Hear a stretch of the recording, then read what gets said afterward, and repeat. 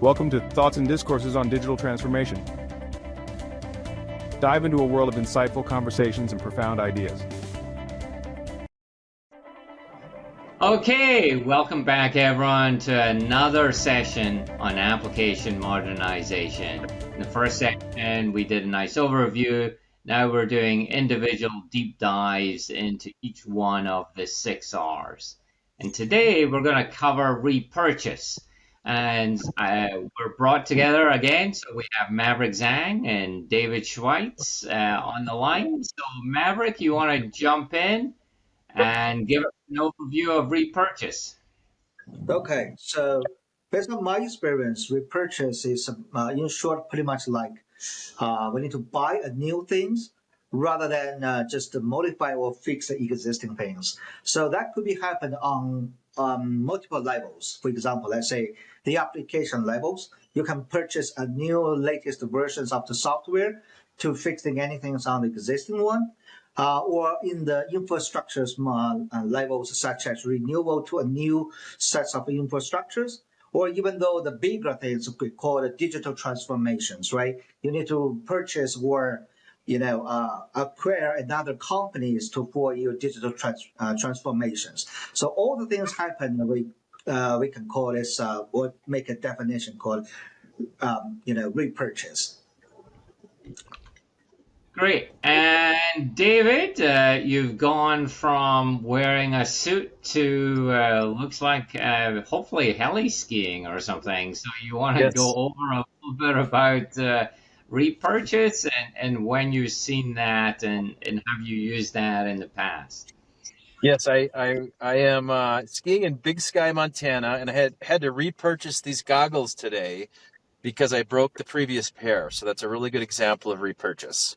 I'm joking, obviously, but actually, I'm going to take this off because I am in the middle of skiing. But I do have a question for you, Colin. Define, because I think of repurchase in a couple different ways. Define your definition of it from your perspective. Like, what do you think when you think of repurchase? So I really think about it as replacing an existing legacy application with a third-party software solution or some off-the-shelf software.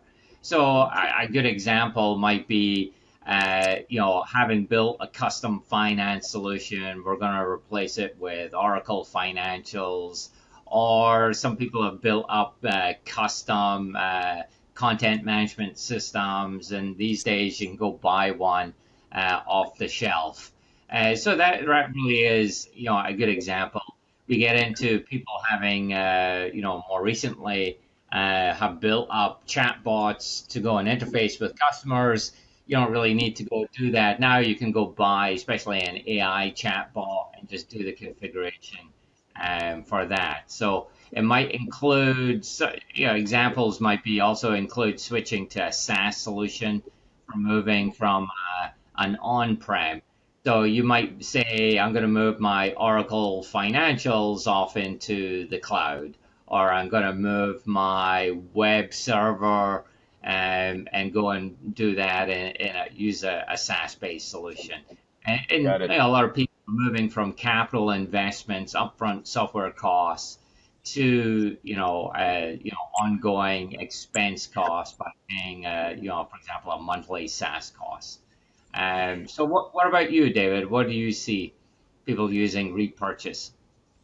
Yeah, I when you're using those terms, when hearing you and Maverick, that sparks an interesting set of experiences that I've had. I've seen the repurchase events, probably repurchase use cases, I should say, more in the financial industry than any industry I've been in. For whatever reason, I don't know if that's just me or if that's just you, but I know a lot of financial institutions that I've been on have gone from homegrown custom software to moving to a more packaged, vertical solution. I think we touched on that a little while ago. And I've seen this for whatever reason in financial services more than that. Has that been any of your experiences? Well, and Colin just froze, but maybe we're still going. Yeah. Keep going, Maverick. Go ahead. Yeah, I can think about this as one public things happening. I think back to 2015 or 2016, that time frame. So at that time, this is the online shopping is growing a lot. Walmart at that time still the traditional real estate firms. So I think at that time they're trying to decide to go to the online shopping, this kind of the e-commerce. So instead of they build anything or reform their existing website, they acquired a new another company called Jet.com. Oh yeah. I think it's Jet.com, right? So they purchased that one and transformed their online experience e-commerce to that. So I think that is a perfect public stories we can tell, and that is for into my define for the repurchase. Yeah. Yeah. And I don't know if this falls in that similar example. This is obviously in the old days, and I'm dating myself. But we probably can we mention company names on here, Colin, or we just sort of maybe not. Absolutely. Right. Okay. So, well, I still might hesitate, but in a large financial institution, my team designed and created stop losses in the brokerage market years ago by hand, by custom built applications and money movement. And that lasted probably 10 years before we switched to a more cloud-based packaged, vertical solution. And I've just seen these micro, I want to call them micro capabilities again in the finance world when you're talking some payments, obviously that both of you have experience with. And I've seen things built out by hand and teams and institutions moving to more packaged cloud-based solutions, as things mature. Yeah, there are some downsides with this approach. One is vendor lock-in. So Maverick, you want to talk a little bit about some of the downsides with this, and what the fears are with vendor lock-in, and what you can do to avoid that. Yeah, so this is a downside with these things. So definitely the vendor locking and also the upfront. There's a lot of investment have to put into it, and the business risk is pretty high for that things. Yes, for sure. However, to manage specifically for the vendor locked in, so they have to distinguish, understanding okay what things we can leverage that and what things is not. So basically just to treat the new platform as the black boxes, so the data can be easily get in and get out that by the load it or unload it from them. And also you have to have some application or your business must be aligned with the surface, which means the interface of what the features as is, rather than the deeply customized internet. Otherwise, you're going to worry tight with this. It's in the futures, if you want to go some other ways, let's say refactoring or rehosting, replatforming, you will be very very challenged at the time if you're locked into one particular vendor. Yeah. Have you either of you seen an example of repurchasing that perhaps drove staff attrition or maybe downsizing was the end result of repurchasing? Have either of you seen that? So I haven't seen it too much. What I always feel with repurchase is it allows you to take developers and allocate Yeah. them more to value added services. A lot of people are worried about the downsizing, but to me, there's just an infinite amount of work that needs to get done in an organization. And what this allows you to do, instead of people building low level features that don't have much business value add, allows them to really have a much more impactful with the business. And so I don't really see too much downsizing. I see what it does do is accelerate what the business can achieve in a short amount of time. Maverick? Yeah, I agree. I see the cost reduction as a business driver to do something like this, but it never pans out that you replace people. It becomes soft dollars, right? The people move on to do, more valued tasks and other valued things in the organization. But I was just curious I mean, I've seen so many business drivers like that was the reason for repurchasing, but rarely have I seen it pan out the way that people think.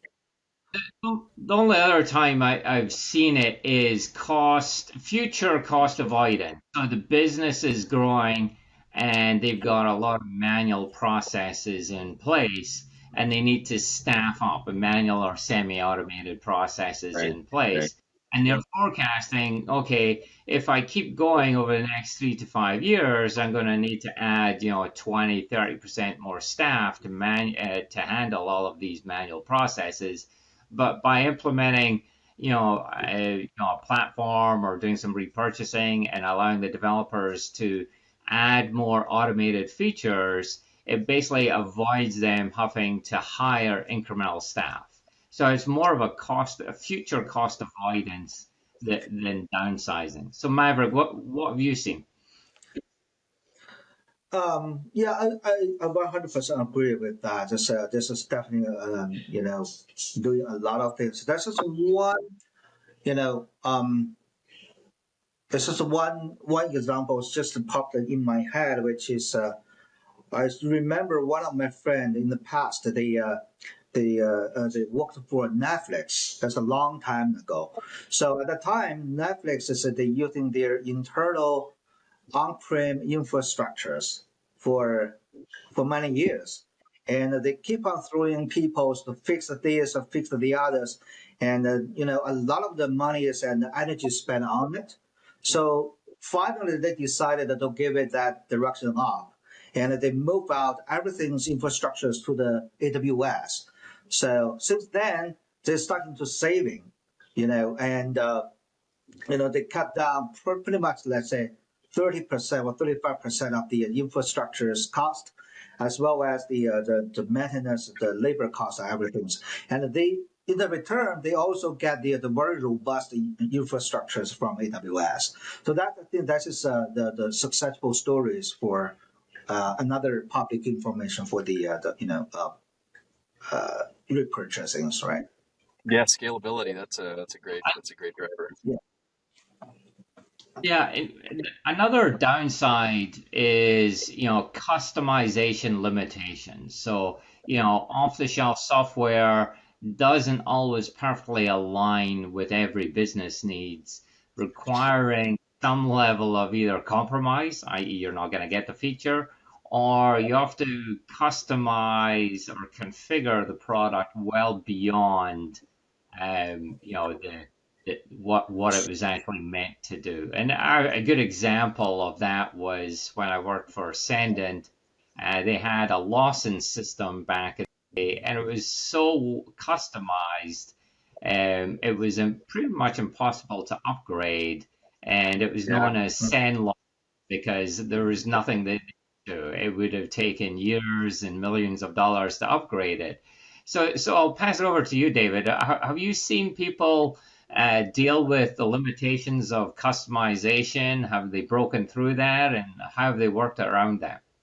Yeah, I think, and I think I brought this. I mentioned this example on our very first podcast. You could probably cut and paste that little segment for me, but I agree. I think I've never seen a repurchase situation for a major piece of software that didn't have to be customized in some way, right? That especially something that was homegrown, and then you buy the repurchase up into the to a more of a vertical package, and the customization it's always there. Like I've never seen it not be there. Mm. Now, there are some benefits, right? One of the benefits of this is potentially lower risk, right? You're getting a package. Hopefully, that package has got some proven reliability, has got some proven support, and so you've got a reduced risk associated with this because all you're doing really, hopefully, is just configuring the package. So Maverick, would you agree that it's a lower risk approach, and have seen things blow up in your face when it's done wrong? Right, that's agree with that. 100%. And so, repurchase, we have not just the benefits, just as you mentioned, but also, let's say, the latest version of the software. They can provide better features. They can provide the better security things and more efficient. So that's also the benefits, right? We can get from the repurchase. And I've seen many times where organizations, because of the customization need, they have even gone so far to relook at their business processes to be more common in the industry to fit the software. That's never a goal, but sometimes those drivers to reach standard capabilities will look at their business processes to change, so that isn't required in the new piece of software. And I've seen that happen over time again, and I think that's a good thing. I think that's absolutely a good thing to look at. It's not just a technology driver. You got to look at your business process as well. Yeah, and then another benefit is, access to the latest features, especially in the compliance world, right? So all of a sudden, you don't have to worry about GDPR or any other thing that might come down, any of the new rules and regulations. So, David, have you seen that? Do you see that as one of the big advantages of a repurchase strategy? Yeah, I mean, there's no question about it. I think, back to the main point. I think that's the driver to get to these repurchase situations is to embrace that commonality, that's in the industry, and have all the security and the scalability and all the standard capabilities and the upgrades and the features that happens, quote unquote, automatically over time, that you don't have to invest in that. But absolutely. Okay, I think we're going to keep this short and sweet so David can get back to his skiing. So, Maverick, any final thoughts? No, I think that's such good conversations, and the repurchase. Yeah, I think usually they have a ton of the benefits. So as just now we discussed, and this is a really valuable approaches for digital transformation for any organization to be considered for sure. Okay, and David? Yes. Final thoughts for me is I think it's got to constantly be part of your strategy every year to be looking at these things, to be constantly making decisions on what makes sense to repurchase, what not to. The kind of goal that I've always thought about is if it differentiates you in the marketplace, you stay custom. If not, repurchase and move forward. And then my kids would argue that I shouldn't even be wearing this helmet to protect something with such a low IQ as myself, but I'm still going to be safe on the mountain today, so I'm all set to go. You gotta be. So yeah, just want to thanks everyone. It's we just did a quick review of repurchase, which is the strategy of really replacing our legacy applications with a more hopefully modern commercial software, and the goal there is reducing complexity to really allow you to keep that kind of competitive. Thank you, guys. Happy holidays. Happy holidays. Bye. Bye.